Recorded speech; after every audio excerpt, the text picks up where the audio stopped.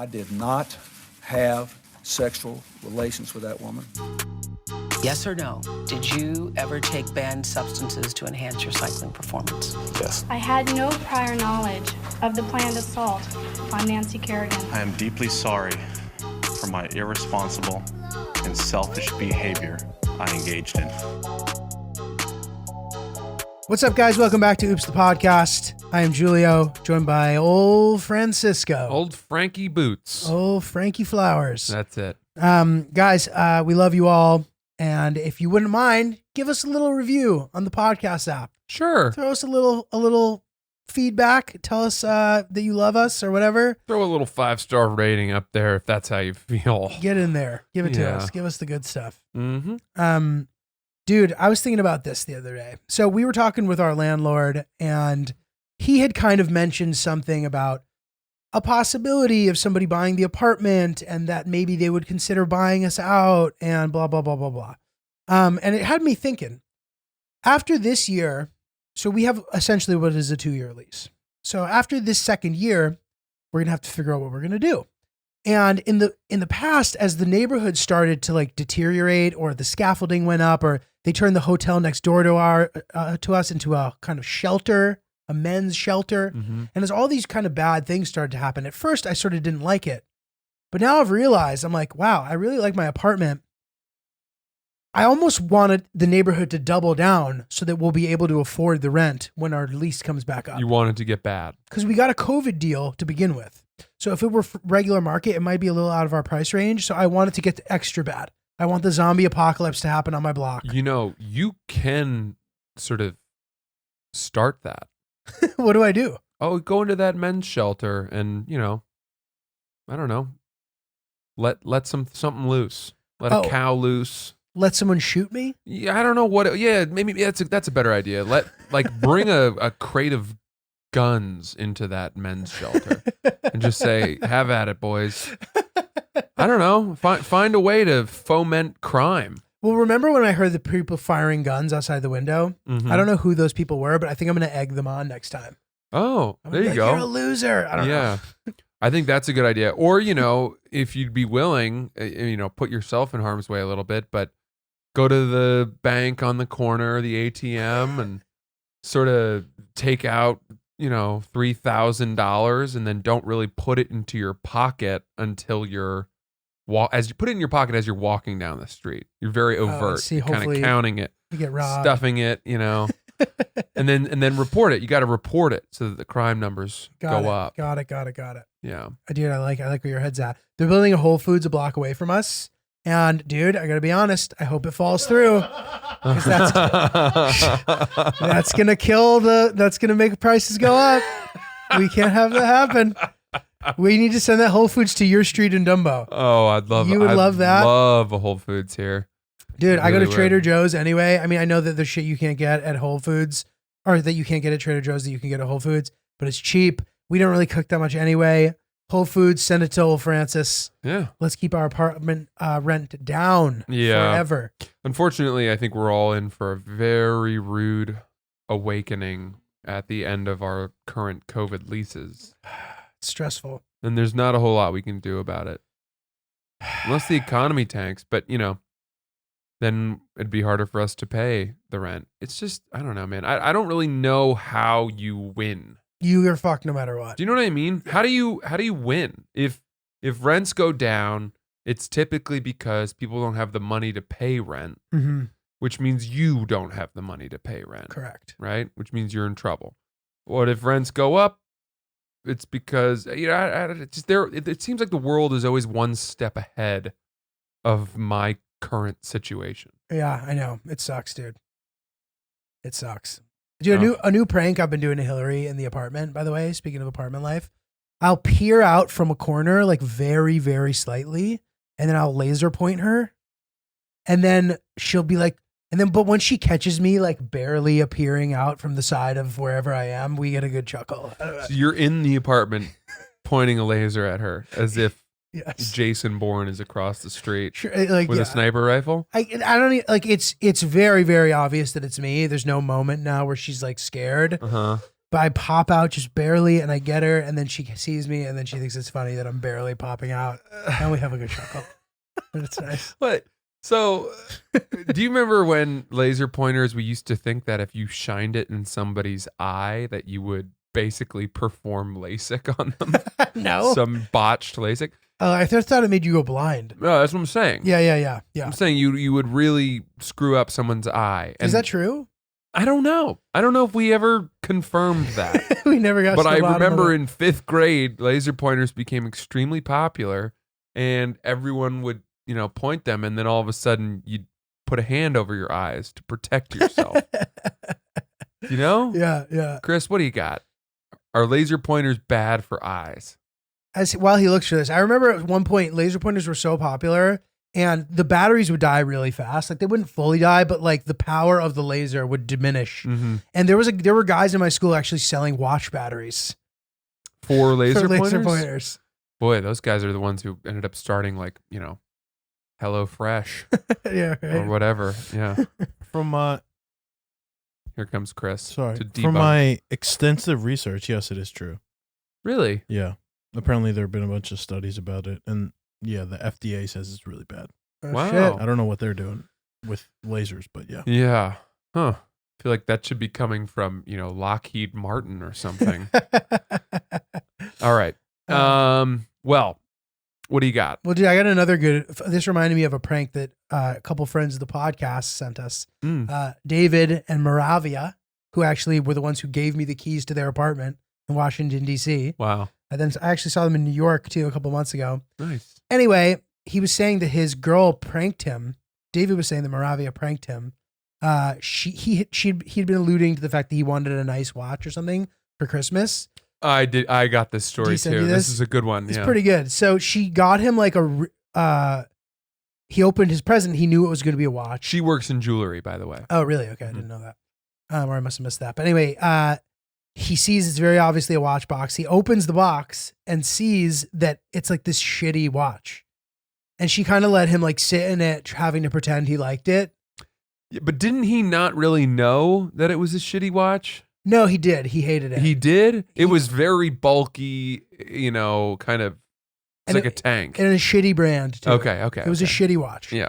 And he was kind of like, oh, thanks so much. Yeah. Like doing that whole thing, Yeah. like trying his best to hide it. And then 5 minutes later, she pulls the fucking rollie out and was like, Yeah. gotcha. Pretty sick. That's pretty good. That's a good That's gig. pretty good. And he said that if he had not been gracious in receiving the first watch, her plan was to make him, earn it even Wow. more, even longer. Dude, that's like fucking Squid Games or some Yeah, shit. I know. That's like crazy. Yeah. What a sinister fucking little plan. I like that. That's pretty good. Dude, I have a question about pillows for you. Yeah. So when we moved into our apartment, we brought our pillows with us. Of course. Okay. And our style of pillow is actually much different. We had no intention to sort of like segregate the pillows. We were intending to kind of just use them all equally together and whatever. But what slowly happened over time. Do you not have your own pillow and she doesn't have her own pillow? So we didn't originally, but as time has gone on, our pillows have shifted back to us. And now we are both exclusively using our own pillows. You're telling me that there was a time in your lives, your life, Hillary's life, where you guys would go to bed together and just grab a pillow and put it under your head and then go to sleep? So we would sort of make the bed in a way that made sense, kind of for optics. So like my 3 pillows would go in the back, followed by her 2 being on top, followed by the throw pillows. Okay. Yeah. So yeah, so that makes it sound like you guys did have your own pillows. No, but we didn't because like the pillows were on like one of mine and one of hers were on each side. So here's my question. You're saying the ones that you brought from your last place. I think that's where that we you're each getting brought confused. from our last Yeah, apartments. but here's my question. Was there ever a time where some nights she'd go to bed sleeping on one of your pillows Yes. and you'd go to bed sleeping on Yes. one of her pillows? Yes. And you would just sleep soundly? No So problem. initially, she has this one pillow, dude, that is like heavier than a fucking human. It's like this it's like one of those whatever pillows. Yeah. I don't know if it's Tempur-Pedic or if it has feathers in it. I don't know what the fuck's going on with it. But dude, it's so heavy and I hate it. So I was like, I can't sleep with this pillow. You're going to have to. She was okay, fine. So then her other pillow, which is a similar style pillow, happens to be lighter, a little bit more versatile. I was willing to give that one a chance for a while, but after a month or two, I was like, I can't hack it with these shitty pillows. They're actually nicer in theory than mine, but I prefer mine, my soft like cotton ones. Uh-huh. And that's it. So where we are now is that you finally have really decided who sleeps on what pillows and what you want each individually, right? Yeah. And dude, I do the shocker of pillows. 2 on the head, 1 in the bed. I have 1 You sleep with 2 pillows under your head? and 1 that I have to sort of straddle. I straddle it. Okay. So I think you got to a place that I accept.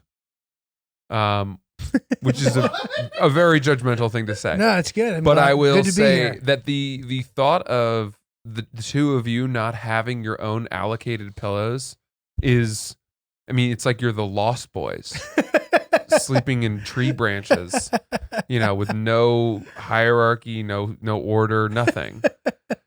Chaos. Our pillow allocation is so specific and is so has been for so long that the concept, I mean, I get nervous going to hotels because I know that the pillow situation is not going to be the way that I want it to be. I tend to not mind the hotel pillow situation. I end up sleeping with 2 or 3 hotel pillows a lot of the time under my head. I need a Oh, very wow. firm, Okay. high elevated pillow. Have you ever thought of bringing your own? It's just too much. Let me tell you something, Julio. People that bring their own pillows to hotels are lost. Dude, I gotta be honest. You truly do strike me as a guy who would bring his own pillow. That, I've considered it. No. I've never really considered it for going to someone's house for the weekend. And I certainly wouldn't do it to a hotel. Do you know how much space a pillow takes up to pack? I know. You need to have 1/2 of your bag for it. I get that people do it, and I don't really blame them because I understand the urge, and I have the urge myself, but I have to tell myself, no, you can survive a night at a hotel without your own pillow. That's roughing it to me. So the problem that I will run into is when I need half a pillow, but 1 is too little and 2 is too much. That'll fuck me. Otherwise, I'm fine as long as there's no feathers. I think I'm allergic to down. So you like foam pillows? I don't like foam. I don't like sinking and creating I just like cotton regular pillows. But what's inside the pillow is not cotton. Whatever's in there, I don't like slowly sinking into my pillow and then like having That's memory foam. Yeah. That's Tempur-Pedic. I think there are foam pillows that are not memory foam. I think Hillary might have them and I don't think I like them. They're too dense for me. Got it. I need something lighter.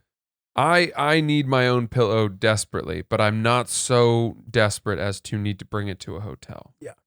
But people that do bring their own pillows to hotels are just, I always harken back to if we end up in some kind of post-apocalyptic world, Let's hope we don't. they're the first to be Oh eaten. yeah. Those people are doomed. Yeah. Yes. It's over for them. What are they going to do? How are they going to learn to sleep on a rolled up poncho in a cave? Right. My dad right now would say something about how resilient the human spirit is. He's a real Lockean. I like that. You like that? Yeah. He believes in people more than I do.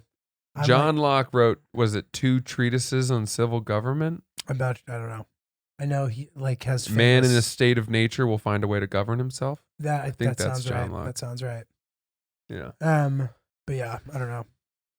Well, okay. Dude, I have a funny story for you. Oh, good. Speaking of crime and stuff. So apparently this guy, I heard this story secondhand, but it's a story that directly came from a person. So there's only 1 degree of separation from Okay. it. So I feel pretty confident about it.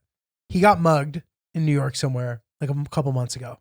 Whatever, gave him the shit. It was fine. It sucked, but whatever. So then When he got mugged, do you know how he got mugged? No, I don't know if he was outnumbered or if there was a Very weapon curious about involved. muggings. I'm thinking about it a lot these days. I know somebody who Dave Merhej got mugged, Okay. and they had a gun, and they pistol whipped him in the face, Oh no. like in like off of Sunset, like in West Hollywood, And he had given them his things, and then he got pistol and whipped then they hit him. with a pistol. Seems so It unnecessary. seems very excessive. But dude, okay, so this guy got mugged. I don't know specifically about the method, but after he was mugged, he's like, I'm never getting mugged again. That was so annoying. I'm going to think of a way to not get mugged next time. So 2 months later, he's about to get mugged again. But he had this plan that he had made. And this is what happened. As the guys were about to mug him, he was like, I don't think you know who you're messing. He like did a Russian accent and was like, I will tell Ivan not to go after you. And the guys apologized and ran away. Shut the fuck up. I swear to God. Come on. I swear to God, this is how the story was told to me yesterday. And I was like, that's fucking hilarious. And the idea that petty criminals won't fuck with organized crime is very funny. Or just Russians in general. Yeah. Right. Yeah. Yeah. That's like, that's awesome. Yeah. If that's true, that's awesome. I wonder if it's true. It's not it's not a guy who was like, I want to tell Julio something that he's going to tell on the podcast. It wasn't that kind of situation at all. I believe it. I say 75% is true. Did he have that plan put together prior to the mugging beginning? Prior to the second mugging. He said, if this ever happens get again, mugged I'm going again. to talk in a Russian accent and Yes. say, you don't know who you're messing with. Yes. It's outrageous. All right. Why the hell not? All right. I don't know, dude. All right. I like it. I don't know. I don't know what else to do. What else do you do? Let me ask you something. Why have I not been mugged? Is it because I'm tall? Maybe. Do you think that's why? Dude, knock on wood, this is a pretty safe place to live. Like, I don't hear people getting mugged that often. I've heard about people getting mugged. Like recently or just in general? Buddy of mine, you know him, his coworker got held up at gunpoint in a nice neighborhood. in New Recently? York. Yeah. They've been saying that these days it's been a little more dodgy. I told Sierra, she's got a policy of if she's got a friend's dinner or something in the city, we live in Brooklyn, she takes the subway in, but Ubers home. And I think that's the right policy. I don't want her taking, at this point, and I've never been this guy, but I don't want her taking the subway home by herself at 10, 11 o'clock at night. Interesting. I really don't. Yeah. I mean, dude, I've seen stuff on the subway in the middle of the day in the last year or two that I never saw in the first 7, 8 years I was living in New York. Yeah. I mean, Anger, like real people boiling over at Yeah, each other on yeah. the subway. yeah, I mean, listen, whatever. Like that's all fair for sure. What do you think the policy is? What would you tell Hillary? So we don't have a policy because the subway isn't as viable of an option for us late at night. You guys just bounce around. because we're just in the city. So right. and in a spot where, to be honest, an Uber is never going to be that expensive. Yeah. Whereas the Uber from there to Brooklyn can be bad. And Yeah, you right. think about the subway. So I don't know that we even need to go there. Must be nice. But dude, like to your point, I mean, if you ride the subway long enough, you're at least going to see weird, unpleasant shit in some capacity, whether or not somebody has a gun near your head or something. Dude, like the other day, I'm sitting there minding my own business, and this guy just starts screaming in my face. Oh, like, I don't know what the fuck he was saying. And then he was like, where's Astor Place? And I was like, dude. And then I answered him. I was like, oh, it's over there. And then I was like, dude, why are you fucking answering? Why are you trying? Yeah. And then he did it again. And then I was like, this sucks. And fortunately, the next stop was my stop. But shit like that's always going to happen. I've told this story in the pod before too. A guy knocked my phone out of my hand once. Whatever. It can get a little frisky. Yeah. But I've never really felt in any danger walking around 95% of the city. But this is my thing. I think it really, those guys don't make me that afraid. Right. No, you're right. Because they're just crazy. people. The muggers, they'll come up out of nowhere. Right. That person's, all of a sudden you're going to have something pointed into your back. Right. And then you're going to hear, give me your phone, your wallet, or let's walk to an ATM. And what are you going to do? What can you do? Yeah. There's nothing you can do. Yeah. Right? Yeah. I don't know. I've just never been in that situation. I wonder how my brain would work in that situation. Do you ever practice trying to snatch a gun or a knife or a wrist No, quickly? no. But maybe we should take. Dude, I'm telling you, we should take that survival class. The thing is that I think I could get the gun. I think I'd not take it necessarily, but let me ask you this. Let's play the scenario out. Somehow you're getting mugged and you've just had a bad day. Right? You've You had a picked the bad wrong day, and pal. you are not here for it anymore. Mhm. And this guy, if he'd run into you 2 hours earlier, you would have acquiesced. But now you've just had it. You've had it, and you are not willing.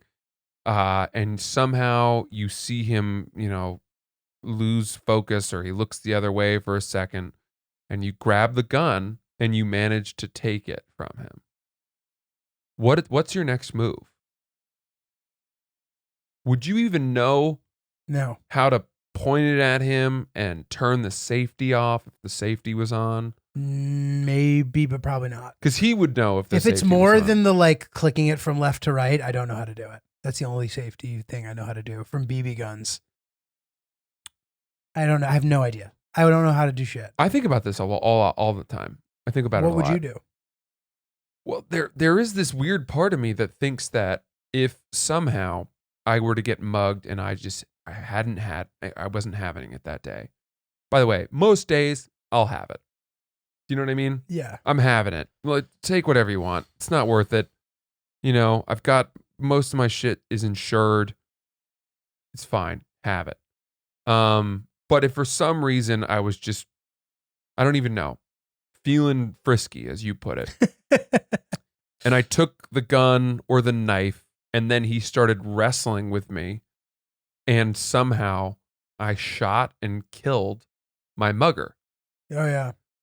Well, first of all, my question would be, what do you think the public reaction to that would be? How many people would be on my side? Potentially many. It just depends, dude. More than half? Do you think the overall reaction would be he's defending himself? You did the right thing. I don't think it's different than not you are being mugged, period. Like it's not like you were getting harassed or a guy looked sketchy and therefore like there's no there to me there isn't a ton of but okay, then let's change the script a second. First of all, by the way, I think if someone enters your home when you're asleep, breaking and entering, whatever, and you kill that person, 100% of the world is on your side. You're right. Right? Yeah. 100%. But if you're on the street or it's night and someone comes up to you, mugs you, tries to mug you, you take the gun or the knife and then you kill that person. Some people might have said, well, you already had the weapon. Why didn't you just tell them to leave? Mm-hmm. Why didn't you had control? It was like, it was over. Maybe they're not wrestling. Mm-hmm. Maybe they say like, okay, chill out, man. And then you shoot them. Dead. It's not good. What do you think the New York Post is going to write Yeah. probably a good review of you, but you might not look good on Twitter. This is what I'm curious about. Where does the public reaction fall on you defending yourself? But Hopefully it's caught on beyond- camera or something. What's that? Hopefully it's caught on camera. But that's Because my if the guy's like, and you shoot him, that's you probably shouldn't have been doing. You probably shouldn't have shot him. You think you get in trouble? I don't know. You dude. took a gun from somebody trying to mug you. They put their hands up and you shoot them dead. Are you in big trouble? Is that You might be. illegal? You might be in big trouble. Is that illegal? I have no idea. Is that beyond the bounds of self-defense at that point? Dude, as Harry Dunn once said, you can't triple stamp a double stamp, Lloyd. You can't triple stamp a double stamp. Okay. By the way, I think about these nuances all the time. No, it's fair. Because, I mean, did you hear stories about people breaking and entering and then like falling down the stairs and suing the person? Yeah, that happens. That's nuts. It's ridiculous, but I'm serious. By the way, I ask this because as we all know, I did have a guy break into my home in our old apartment. I've told that story in the One of the podcast craziest. Do you have PTSD from that? before. No, I don't. Weirdly, I don't. You know the guy died, right? I know. I told you that. Insane. But dude, also I'm wondering where like your fear of sort of like mugging and shit comes from. Honestly, it's not even so much of a fear But as you've it talked is about it a few times. I think it's a fascination. I have a sort of a hang up subconsciously on this. I think about it all the time because I just wonder, I've said this before, but Edgar Allan Poe talked about the imp of the perverse, right? It was his famous poem. And there was this idea that, the human brain considers sometimes the worst, darkest outcome possible. For example, Right. I was in Miami. We were on the 50th floor or whatever, this massive high-rise hotel. We had a balcony and a very, thin glass railing that only came up just above my waist or whatever, a little higher. And I kept thinking, well, what if my brain just short-circuited right now and for some reason I vaulted over this to my death? Yeah. I do that too. Like, what's preventing that from happening? No. And you I almost conflate that possibility with an impulse. Right. And you like feel what it would feel like to do it, sort of. Yeah, you can see It's yourself fucked up. and you're like, oh, I don't trust my body right now. Yeah. It's to weird. not act on this consideration. I need to back away from the edge. It's disorienting. Yeah. It's the imp of the perverse. I don't know exactly the connection there, but I have these fascinations all the time. And especially with the mugging thing, Yeah. I do think there would be a split public reaction on if you killed your mugger Yeah. in New York. Whereas if that happened in Texas, there would be a parade down Main Street for you. Right. There's a good movie about this, by the way, kind of, with Michael C. Hall. I don't know. He plays Dexter. Yeah, no, I know who he That is. actor. That actor. What's the movie? The movie opens, the first scene, someone breaks into his house, he shoots the guy dead. And then the rest of the movie is the fallout from that. What's that movie called? I cannot remember.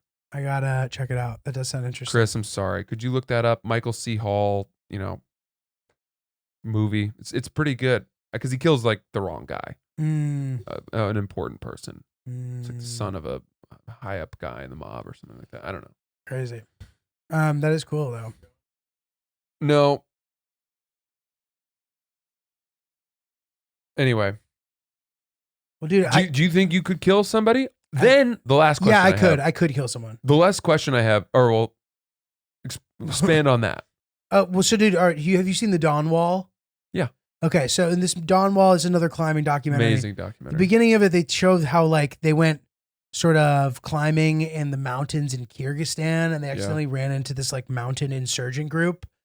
It was unclear who specifically that was. However, they end up getting taken hostage for 2 weeks, and the only way that they could escape, the guy Tommy ends up pushing one of the guys off a cliff. Mm-hmm. The guy actually ended up not dying. But he never knew that. But he never knew that, and he was so devastated by the fact that he had killed a person that it like fucked him up for a period of time. Mm-hmm. And the whole time I was like, dude, I could have 100% have killed that guy and not felt bad for a second. I'm serious. I wouldn't have felt bad at all. I think we would have been proud. I would have been proud of myself. I would have been proud of myself. I would have felt cool. And I mean, this guy's taking me fucking hostage, dude. They were about to starve and die. And I'm gonna kill that guy. He's with his girlfriend and two friends or yeah. something. Yeah. Yeah. So what's the movie? That sounds right. Cold in July. That sounds right. It's like based in Texas or something. This is the Michael C. Hall movie I was recommending. So I could kill someone. Yes. Okay. Thank you. That's the movie. The question I then have is, let's say that it was not as black and white as being kidnapped in the mountains, needing to kill someone to survive, but it was a mugging situation, or somebody's like attacking you on a subway platform. You throw them into the subway well and they get run over by a train. But again, I think that's like out of necessity also. But for some reason, you know that your life was not on the line. It's not that black and white. Right. But you it's could have like potentially subdued the person without killing them. I don't know that I possess the skill to subdue them instead of throwing them off of me and they end up getting thrown onto the subway tracks. If it wasn't like my fault, then I don't feel bad. Like if I didn't have a choice, if I didn't have a clear choice, then I would not feel bad about it. No. But if it was a mugger who was like, all right, dude, I'm sorry. Like my life is terrible. Like just let me run away. I'd let him run away. And then you've got a gun in your hand. What do you do next? Bring it to the cops, maybe. Go to the cop station. Probably. Yeah. By not going to the cops, you just always fuck yourself, dude. I think you got to go to the cops. just gotta go to the How do you cops. walk into a police precinct with a pistol Am I going to get in New York? Am I going to, by not going to the cops, you always fuck yourself? Is that like the shittiest sounding thing ever? Is that like not a popular opinion? I meant specifically in No, this I'm with you on situation. that. I'm In with this you on that. specific situation, like if you kill somebody and you weren't wrong, by not going to the cops, you're fucking yourself over. That's right. I understand that like you shouldn't always talk to the cops or whatever. I do sort of believe that, not to like whatever. Like I do sort of like understand don't snitch culture to a degree. You're not. You're on yourself. You're not though. snitching here. You are protecting yourself because if you run away, you now look guilty. That's right. And you'll get caught. So Mhm. fucking just bring it to the cops and be like, I got mugged. I don't even know how to use this gun. Here you go. Bye. How do you walk into that police precinct with a gun? Imagine I put it in a Ziploc bag. Dude, I think you stick it in your back waistband and walk in with your hands up. But isn't that, do you have a concealed weapon? But you need to let them know and see, hello, everybody. This is what just happened. You're going to notice that there's a gun on my person, but it's not for you. I just took it from this guy. What if you call 911 and you're like, hey, That's I have probably a the right gun. move. What do I do? That's the right move. That's the move. What will they say? They'll be like, sir, just stand there. I'd be like, what should I do with the gun? They'll be like, I mean, I guess you should hold it because like Yeah. it's better than putting it on the ground, Yeah. I guess. Like, Yeah. sir, Yeah. please put it in the trash. That's clearly not. I worry, I worry a lot about getting in trouble for doing the right thing but not being able to prove that it was the right thing. It sounds like a very frustrating scenario. Right? Like you didn't do it, but everyone thinks you did. It almost feels like it's impossible. You know what I mean? Like, and I get that people go down for crimes that they didn't do, Yeah. but a lot of the time, those people like didn't have a Good sort lawyer. of adequate defense. Yeah. And if they did, it would have been unbelievably obvious, which is so fucking sad I and a know. completely different topic.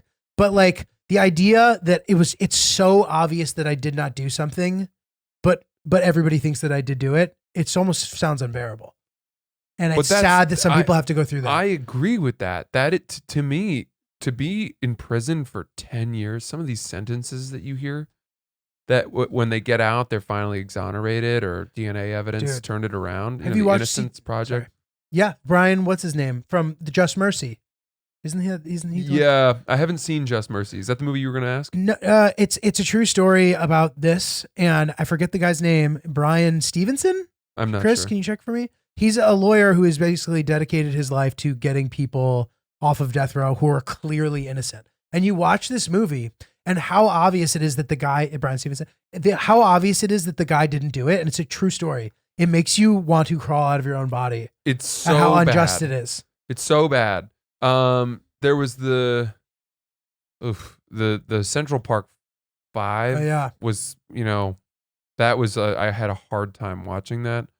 The sort of dramatization Yeah. of it that they Yeah. made, but it was a spectacular one that they did. But I just can't imagine being in prison for as long as these people are and not becoming an absolute misanthropic sociopath. Totally. Where you come out and you're like, fuck the world. I just want to break everything. Yeah. I know. How do you come out of there and rededicate yourself to society? Right. With any piece of your humanity left. Yeah. Dude, this is the thing though. Like there's different ways that people, and I'm not suggesting that the thing that's the hardest for me to deal with is the situation where a guy wasn't even there. Like in Just Mercy, this story is just preposterous. The guy is nowhere near what happened. He clearly had nothing to do with it at all. And they literally just it would be as if they just picked you up off the street and were like, you killed somebody, now you're on death row. Yeah. And like, it's one thing if you're like, oh, I was there, and like, it's still terrible, and I'm not saying it's better or anything, but like the idea that you just so clearly did not do something, and yet you're able to like go to jail and get killed for it is just like brutal, Yeah.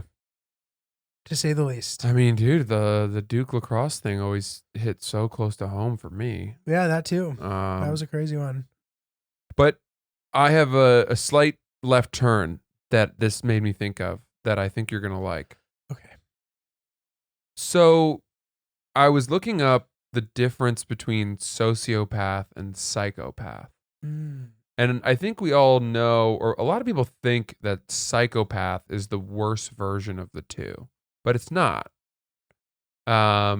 Psychopaths, they do share some characteristics, but as I understand it, psychopaths are cunning, manipulative. They're aware of human emotions, even if they don't feel certain emotions That's themselves. sociopath or psychopath? Psychopath. Oh, interesting. And they're able to sort of mimic responses that they know will fit or will make people feel a certain way about them. Whereas sociopaths tend to be more erratic, potentially violent. They Really? Yeah. It's funny. I always assumed that the two were It's the were other way opposite. around. Interesting. No, psychopaths are more like able to fit in and Interesting. mask the fact Interesting. that they're not real people, Interesting. basically. And I was thinking that, people throw these terms around all the time, but they've become more in popular culture lately. Sociopath's a popular You one. hear that one a lot. You don't hear psychopath as much, even though you should, because I think that what we assume to be what everyone says is you're being a sociopath right now. Right. No, you're being more like a psychopath. And I do think that I have people in my life who have exhibited psychopathic tendencies and whom I suspect Same. might be on the spectrum of psychopathy. So can I ask you this? So then to me, sociopath, I always just thought it meant you like don't feel bad about doing bad things to people. I thought that was part of it. Is that more of a psychopath thing? Yeah, let's look it up.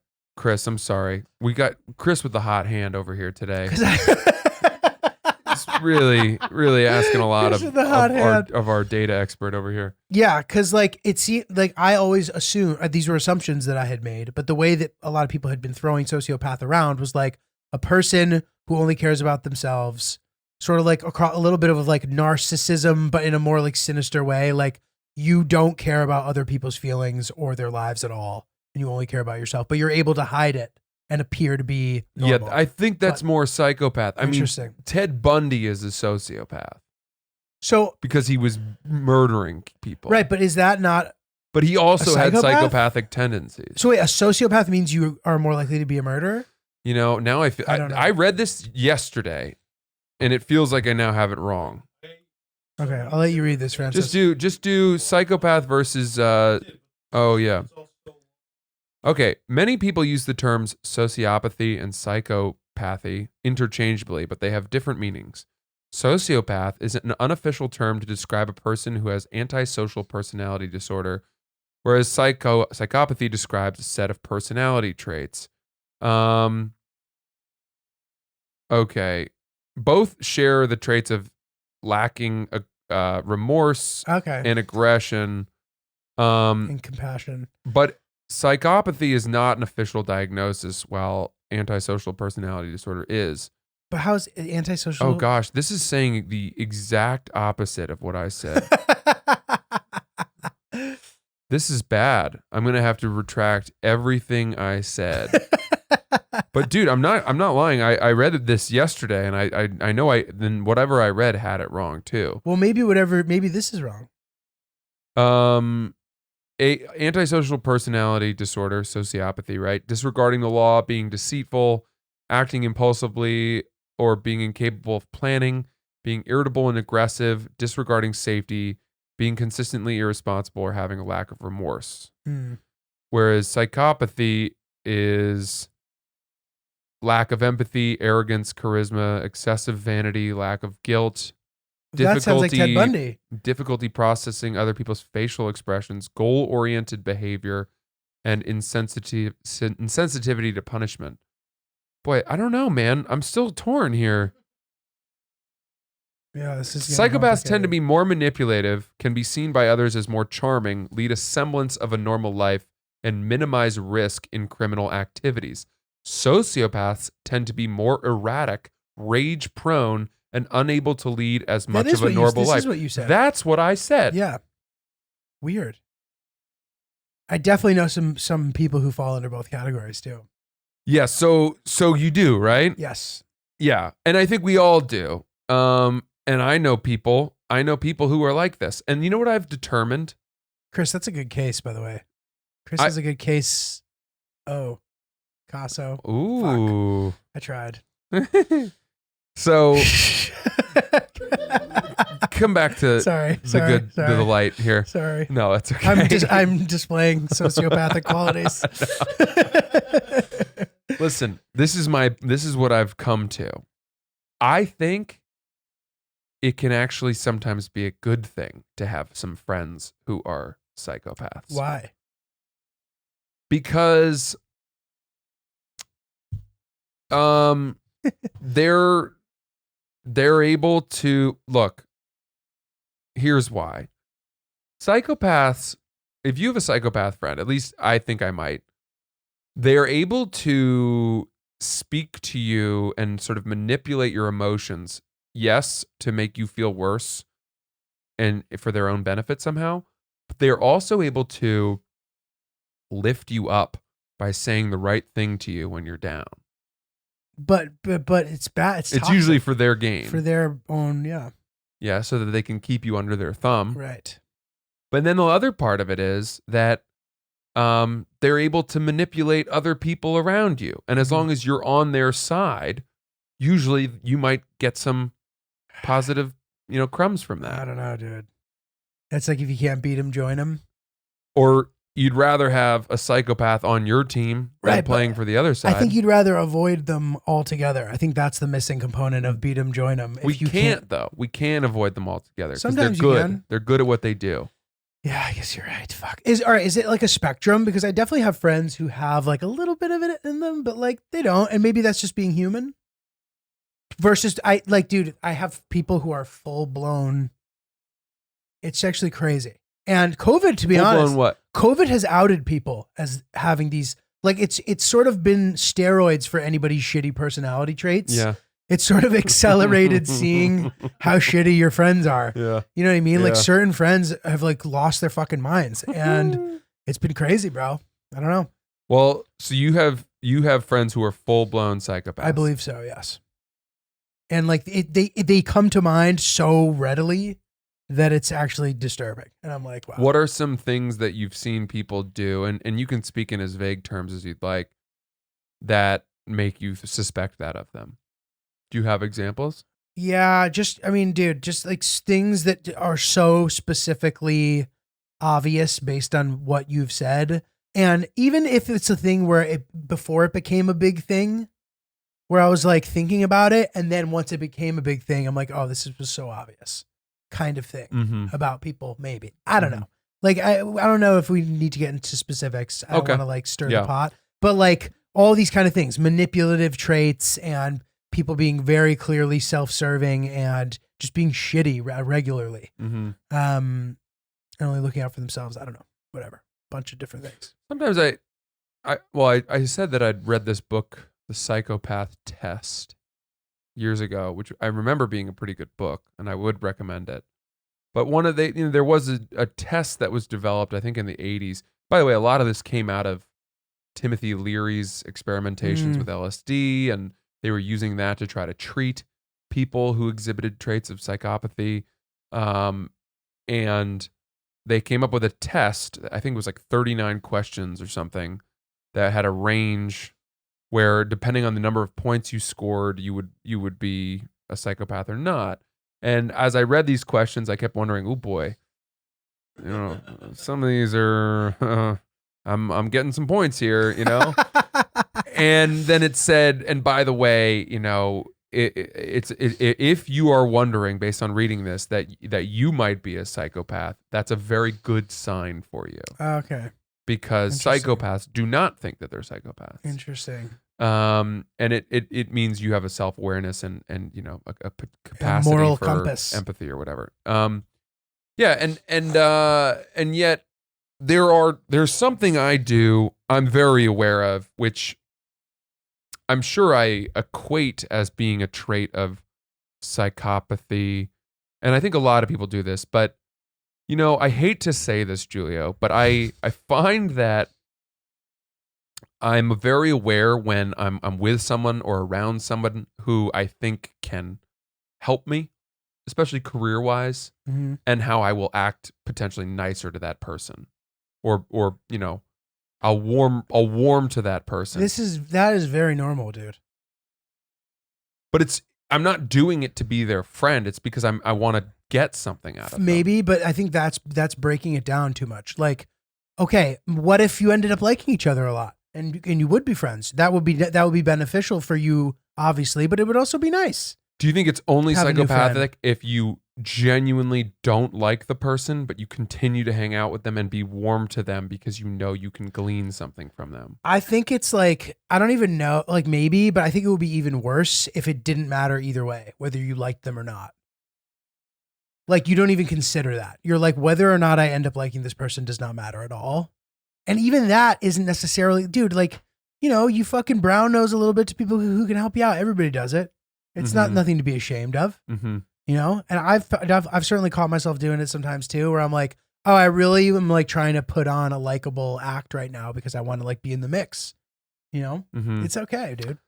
Well, I find that unfortunately the contrast between how much I will, I don't know, be nice to somebody that I think who's I could get the scraps from their table and that would help me or whatever. Mm-hmm. There'd be some kind of trickle down effect by me being in their halo, versus the people that have no means of potentially helping me. I'm aware of the difference, and I don't like that about myself. Dude, I think you should be a little easier on yourself about that, because I don't think there's anybody who doesn't do it to a degree. And, you know, you don't want to be an asshole because like there are people who are not subtle and it's not very nice. People who are very blatantly like, or it's even worse if you're really nice to people who are above you, but you're not nice to people below you. And you're not like that. I'm not like that. I know. I know I'm not like that. I don't worry about that. So I'm saying, dude, I don't think that there's a single person who doesn't do that. No matter how big of a shot you are, there are people who want people to like them because they think it can benefit them at every level. Okay. I believe that. All right. To some degree. Some people are more ruthless than others, and we see it all the time in comedy. There'll be people who like, they have a new best friend every 3 months posting with them, and it happens to be a person who's doing extremely well. Yeah. And they're trying to kind of catch him on the uprise, and it's just like kind of in poor taste. But I'm still not even mad at those people about it. Mm-hmm. I don't think that that's that bad. Do you know that I have a thing that I do that is a joke for me and for no one else, and no one else gets it?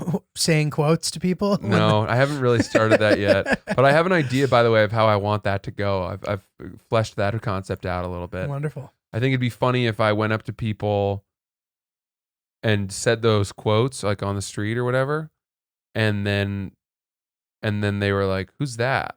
And I was like, "All right, is it A, you know, so and so, B this, or C this?" And they're like, "What?" And then they take a guess, and then I'm like, "Ah, fuck, yep." And then I hand them like $20, and I'm like, "There goes my lunch," and then walk away.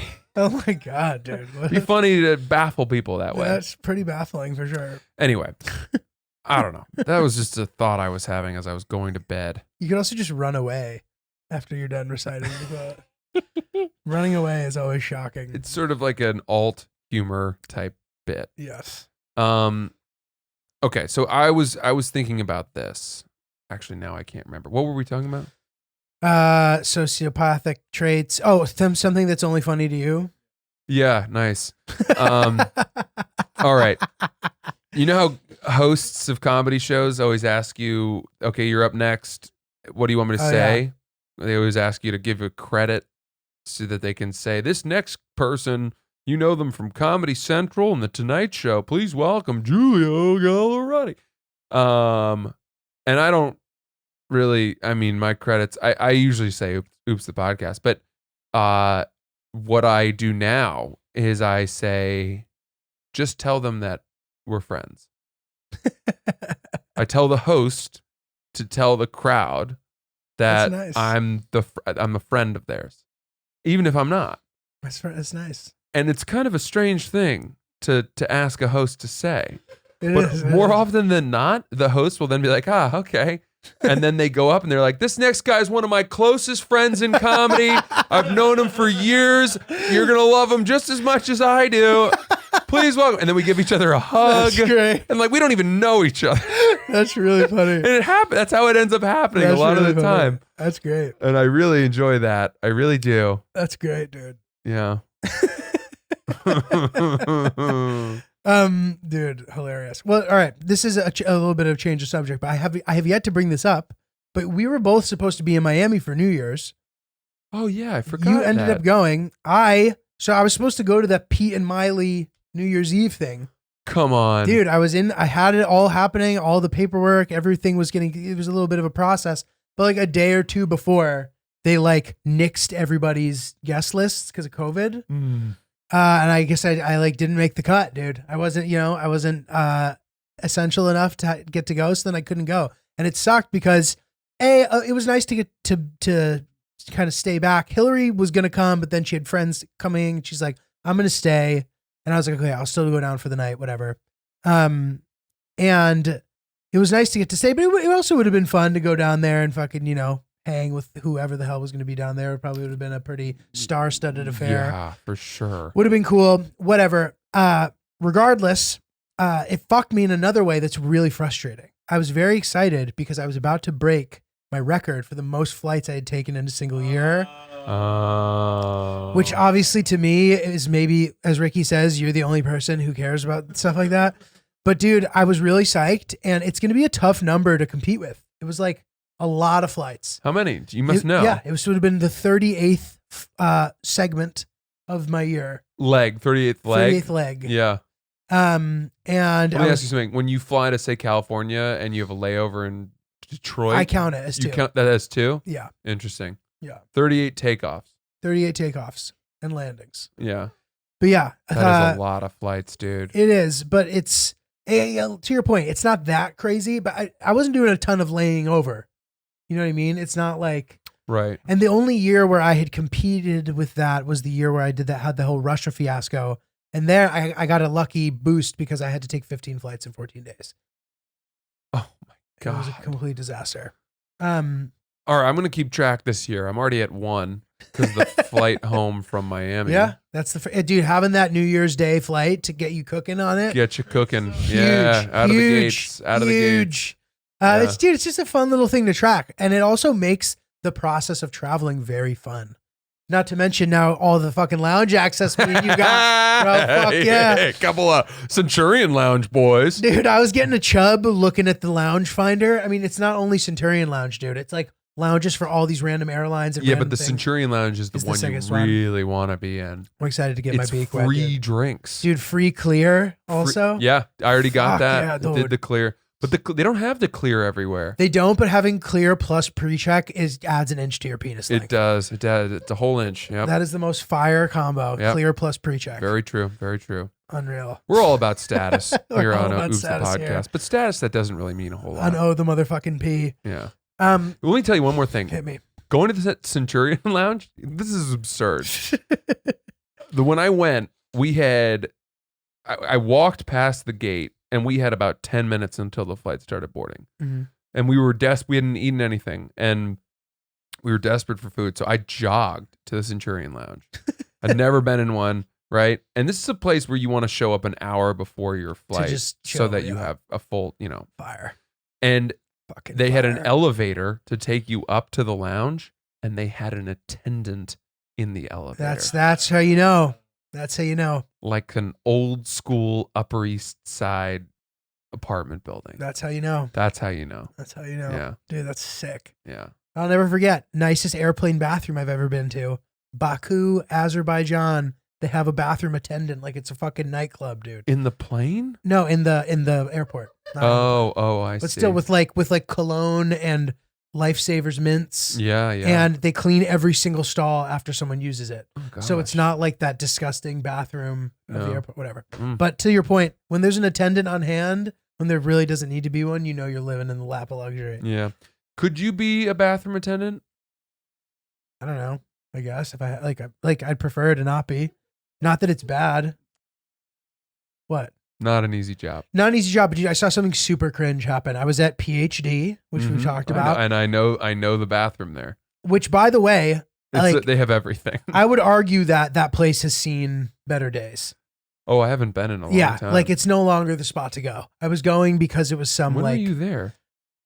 It was somebody was having their corporate thing there. Yeah, for the record, this is a nightclub that is on the top floor of the Dream Hotel downtown, and both sides of the nightclub are windows, and their famous party is the Sunset Party, which is from like 6 o'clock till 9 p.m.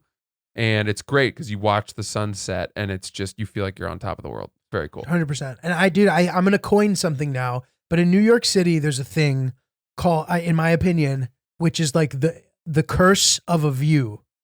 If a place has a really good view, it ends up having like kind of a weird mix of people there that makes for like not a great scene. So if it's a place that's on the water, or if it's a rooftop, or if it's like those kind of places tend to like eventually have shitty crowds. And I think the PhD maybe has become that place. Okay. I don't know. Whatever. I saw a guy talking to the bathroom attendant, and he was trying to sort of fraternize with him, and he was being so condescending, and it was making me cringe. First of all, that guy was wearing the birthday shirt. Do you know what that is? No. A signature Burberry shirt where the entire shirt is like that pattern. Oh no. And he's talking to the bathroom attendant, and he was going, "I used to be a hustler just like you." Oh no. And I was like, "Oh my God, dude, I need to get out of here." I don't That's know. the last thing that guy wants. We got on that because of the bathroom attendant talk. Yes. I was trying to think, how bad is that job? You know, with people shitting and you having to clean the toilets all the time. But you know, is it worse? Is it would you do that? Would you be more willing to do that than be a janitor? No, being a janitor is way better. Really? Yeah. I mean, to be a janitor, that's a skilled job. Whereas being a bathroom attendant doesn't really require much skill. Yeah, but being a janitor, you're cleaning up much messier messes in those bathrooms. I don't think that guy who spritzes cologne and hands you a lifesaver is, you know, rolling up his sleeves to unclog toilets. Yeah, maybe. But I just, for some reason, I picture a janitor doing more things. Like a janitor, doesn't he like fix the lights and the pipes? Absolutely. He's like a utility guy. He is a more skilled guy. But I think that he's seen some war scenes. I don't know. I don't think that, and I think being a janitor could be kind of nice too. Like you don't really have to like talk to anybody. It's like kind of a chill job maybe. Like maybe you can even listen to your music while you're doing it. Bathroom attendant, you're dealing with these fucking drunk people. There's a weird vibe. I would also start feeling guilty. Like I'd be pumping the soap into the person's hand and handing them a towel. And in my head being like, now this guy feels pressure to tip me. There's this weird tension that I don't like. And it would just stress me out a little bit.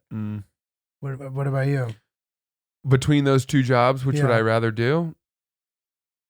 I think probably janitor, weirdly, is the answer. Mostly because I just wouldn't want to deal with those douchebags. Yeah. I wouldn't want to deal with the guy in the birthday Burberry shirt telling me that if I keep working, you know, I'll get my out of the bathroom someday, or you know, people getting mad at you for no reason. Dude, yeah, it's terrible. Whatever it is, seeing just the worst scum of the earth people. Dude, I think then the guy started telling the bathroom attendant that he went to Princeton. So my God. He insulted the There's guy no way. to then brag. He insulted him and then is like, now I'm using that as a vehicle to talk about myself. It was 2 for 2 of shittiness. That is nuts. Number one. Bad. And number two, I have to say, I mean, I've never really seen that. Yeah, I've never really seen someone from Harvard or Yale or Princeton or whatever sort of using it in a situation like that to as like a credit for themselves. Yeah, it was weird. It was weird. I don't know. That's disgusting. And, you know, I would just start laughing at that guy. It was bad. And then hope, you know, maybe he'd punch me in the face. It was really And then I would take the knife and stab him in self-defense. Tell me what you think about this, dude. I was eating an item the other day, and I'm gonna reveal the item in a second. I was eating a noun the other day. I was eating an item Yeah. that is traditionally edible. Don't worry. And I realized as I was eating it, Fucking, that's robot speak. dude, I was I was eating a traditionally was edible item. okay. I'm sorry, dude. With my human mouth. Some people can do that voice very well. Well, I cannot do that voice very well. That's funny, bro. You do not sound human right now. That was good. I was eating, dude. All right, but fucking sorry. I was eating something, and as I was eating it, I realized that more often than not, this particular item. Are you setting us up to We're gonna guess kill what Chris, the item dude. was? Chris is dying. Chris is literally gonna die. Chris, if you fall out of that chair, you're gonna knock that camera over. Heads up. Chris is down, folks. Chris is down. And yet he's still got his finger on the switcher. He's battling through it. All right, That's a good keep chuckle, going. dude. That might be the hardest I've ever seen Chris laugh, dude. All right, dude. I was eating this fucking. All right. As I'm eating it, I realize that this item is poorly prepared most of the time. It's not cheap. Huh. It's a thing. It's a thing you'll order at a counter. You gotta let us try to guess once you finish. Okay, you keep can. going. Okay, so it's a thing you order at a counter that they then make for you there, and most of the time it is prepared poorly, almost always. No matter how they do it, whether it's blended or not, and that's a clue. Whether it's blended or not, they fuck it up. They'll put too much of one thing, not enough of another thing, and whoever's making it should be a person who's skilled. It should be like a person who makes cocktails. Like, you should have skill to be doing this, and instead they'll hire any fucking knucklehead, and they're making it for you, and it takes them a long time to make it, and then you eat it, and it tastes like shit, and it pisses me off. What do you think I'm talking about? Is it an acai bowl? Bingo. Oh man, that was a good guess. All right, I got to tell you why. The clues that got me there. One, you said eating and not drinking. I was eating an item because once you said blended, my mind started to go to smoothie, Yes. or green juice or something. But then I thought you said eating. You wouldn't have said that about that. And then you said they should be mixologists. So I made me think there were a lot of ingredients in it, Yes. and then that's what got me to acai bowl. Got it. Dude, I had a terrible acai bowl the other day, and it was like $15. And They're so expensive. It pissed me off. I was sitting there eating it, just like looking at the guy. I was like, this guy fucking started working here today, dude. It was pissed. Oh man. It was just pissing me off, and I realized how regularly acai bowls are made shittily, which makes me appreciate when they're good because it's rare. It's like getting a piece of uni that's perfect that day. You know, it shouldn't be a delicacy. It should be a thing that's like made well. Yeah, if you're having a treat and an expensive treat, you don't want it to not be good. Let me tell you something. We were at the Whole Foods. Here comes Whole Foods again. We were driving back from picking up Kojai out on Long Island, and we stopped at this Whole Foods in Jericho or something like that, off the highway that we often stop at. And I go to the fish counter and I get some cod. And God. the guy, I said I want 1.5 pounds of cod. And I get fish from Whole Foods so often that I can tell right off the bat how good the fishmonger is. What do you mean? The fish guy? The fishmonger. Is That's that what what they're they- called. Fishmonger. In the same way that there's a butcher for meat, A fishmonger? fishmonger is the trade of someone who works behind a fish counter. Does he know that he's called that? I wonder. Because I feel like if you called him that, he might get pissed. Be like, who you calling a fishmonger? He shouldn't. He shouldn't. I'm not- He's a monger. You're a monger. Of fish. He's a fishmonger.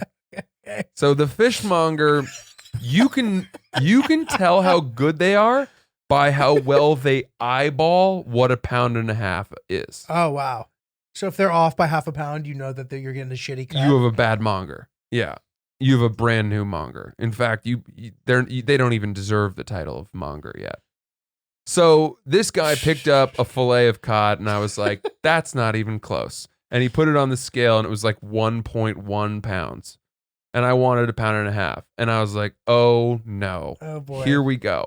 But my mind at that point in the process wasn't even aware of how many steps there are in buying a piece of fish. And so I wasn't even aware for how many mistakes he could make that had not been made yet. Like what? So he goes back and he's like, okay, that's not enough. So he starts like picking up littler pieces. And realistically, if you're buying cod and you want 1.5 pounds, you probably don't want more than 2 pieces to make that up, because you're cooking it all at the same time. But just, is there any value to a smaller piece or not at all? No, not really. You know, but the point is that you certainly wouldn't want like 4 pieces. Okay. Because they're all going to cook at different times. Okay. Do you understand what I'm saying? Like a big fat piece is going to cook longer, need longer to cook than the smaller pieces. And if you're taking them out of the oven at different times, then they're going to be cold Makes sense. at different times and whatever. So he picks up like 2 more stringy pieces, and I'm like, can I just get one of the how about that middle-sized one there? And he puts it on the scale. It gets us to like 1.6, and I'm like, that's fine. But then this is the most revealing part of the skill of the monger. It's how quickly can they roll out the paper and rip it. Good mongers do that with such flourish and such snap. I mean, they can do it one-handed, and they know exactly how much of a sheet to take off that will encompass the fish plenty. Wow. And a good monger, and you take it for granted. Yeah. When you see a good monger do it, you're like, oh, that guy. And meanwhile, they're having a conversation with you. They're like, this is real fresh. This came in today. You're like, I felt that makes me feel better about my purchase, monger. So, this guy, he's slowly pulling this sheet out. And I'm like, oh, dear God. Somebody help this poor boy. And he gets it to what he thinks is the right amount. And then he has to like pull it along the serrated edge of the ripping, blade or whatever. And it's not a very clean rip. Then he goes to wrap the fish, and he realizes that he doesn't have enough paper. So then he goes and grabs some more and layers it. It's like a very shoddy gift wrapping that's what I envisioned. procedure. And then he kind of wraps it up, and he has to print out 2 different barcodes Oh my God. to use as adhesive. Because that's their adhesive. That's how they stick it. Oh my God. They use the barcode, the price tag itself, and he has to print out like one that counts and then another that was just a blank or something, because he's now, sticking this fish present together with glue and spit. This terrible first day monger. And this was the cherry on top. Since we had a longer drive home than usual, the usual Whole Foods we go to is like 15 minutes away. So I'll just get the fish, throw it in the basket, and be on my way. But since we had still an hour left to get home, I said, any chance that I could get a bag of ice, which they do for you, right? He says, yeah, no problem. He goes in the back. He gets a bag of ice, twirls it up, and hands it to me. I'm not kidding you. It was a bag of ice that would not have been sufficient to ice a toe. Those 2 cubes. It was, and it's the little shaved ice, the little tiny ones, but it was enough to cover like not even a slice of turkey from a package of turkey. Dude, that's crazy. So I would say, oh my God, dude, that's crazy. It is, dude. I would say 1 out of 10. 10% of the fish was covered by ice. It was a yarmulke to the fish. Jesus a Christ. cold, freezing yarmulke. And I remember thinking, like, what did he think I wanted the ice for? Right, like you just wanted ice also? Because he clearly could not have thought that I was asking for ice to cover the fish if this is the amount that he gave me. Was it his first day? It must have been, because then Crazy. we got to the cashier, and somehow we started joking because the cashier, this is what it was. They had a bagger, which I had not seen at the Whole Foods in a long time. They haven't had baggers. Right, And they're- now I guess we they're remember. back. Yeah, that's right. Yeah. Boy, I talk about Whole Foods a lot. And the bagger, I said, wow, it's nice to have a bagger again. I haven't had a bagger in a while. And he goes, yeah. And then he commented the bagger on the ice. He goes, who made your ice for you? You're like, And I was like, whatever joke monger you've got back there. And he goes, we got bought a bunch of new people back there. And he started going back and forth with the scanner, being like, isn't they got 3 new kids back there right now? And I was like, oh, that makes me feel better. There you go. Because if he's new, that's fine. Damn. But that's my Monger story. Well, dude, I have a question about the deli in general. The deli counter, I feel like, is this a thing of the past where you'd like buy, I can have a half pound of smoked turkey and they give you a slice to try? Ooh. Or a slice of the Finlandia Swiss That's nice. to go with your deli ticket? That you is pull nice. out? Yeah, you need the ticket. Yeah. Number 24, how you doing, miss? I think you see that in small towns like the one that Chris grew up in, right? Chris, would that be something like that? Did Chris even grow up in a small town? Like, not really, but I grew up in a small town. You grew up in a small town. I guess so. Yeah. We used to get.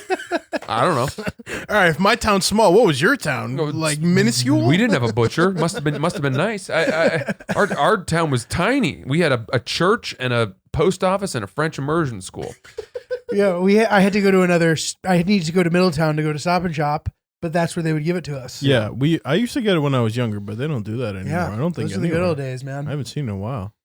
The butcher used to, give you a little slice of the salami. To try, the get a little snack. Yeah.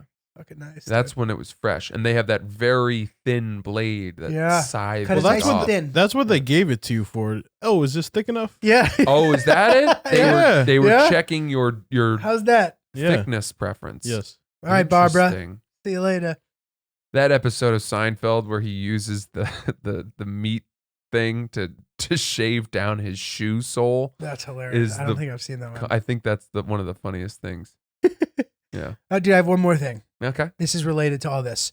I went to Chipotle the other day and I was in line, and I gotta be honest, I will sort of watch them scoop things hoping that they give a good amount. Yeah. Because I hate being the like, can you give me some more chicken, please, guy? Mhm. So I'll watch. So anyway, the guy before me was this like squirrely guy. He was just this little guy, and he starts ordering, and he's like, I'll have a burrito. And then he's like, chicken, please. And then he proceeded to order every single topping. Instead of being like, I'll have corn, sour cream, and guacamole, he's like, and some pico, and some hot sauce, and some corn, and then some sour cream. And then he ordered every single thing. I don't mind this, by the way. So much so, this guy's burrito was so big that the burrito guy had to double burrito the burrito. And I couldn't help but think in my head, like, this little motherfucker hit the jackpot. Dude. That is some good eating he's about to have. Am I right? You add a whole second flour tortilla. I mean, that's a 3,000 calorie burrito. That's a fucking. That is. Do you know how much He could you know how many- feed his family. People have no idea how many calories are in those burritos themselves. The flour, the tortilla. I feel like the estimated calorie-age is very below what it really ends up being. It's a ton. And number two, I think that's what spawned the era of the burrito bowl. right Is because people became aware of how many calories were in the tortilla, and then they said, "Can I get rid of that?" Interesting. By the way, when you're in Northern California, make sure to get a burrito, man. I will. The best burritos maybe on earth. There is a Mexican restaurant near where we're staying that was started by Thomas Keller, who is I don't know one who. of the more, famous chefs in America. Did Per Se and French okay. Laundry is Cool. this big restaurant out there. But he's got I think it's called like La Cantina or something like that. La Contenta, maybe. And I think we're going to try to go to there. Is it like burrito spot though? Or is it I just think like, it is. I think it's like Sick. Mexican and it's not super fancy. Cool. Sick. So yeah, I'm Yeah, excited to. burrito country. Yeah. And I remembered hearing that and being like, how good could these burritos be? And being like, oh, okay, I get it now. Yeah. Whatever. Dope. But fuck yeah, dude. Okay. Oops the podcast. Oops the P. That's her. That's wow. him. Fun episode. We talked about mongers, fishmongers. A lot of dude, diverse range of topics this week, while also staying true to ourselves, talking about credit card points and Whole Foods as well. That's it. We got to fit everything in. You guys know what you signed up for. We hope you Sure enjoy do. the podcast. We think you do. We enjoy it. So thank you guys so much.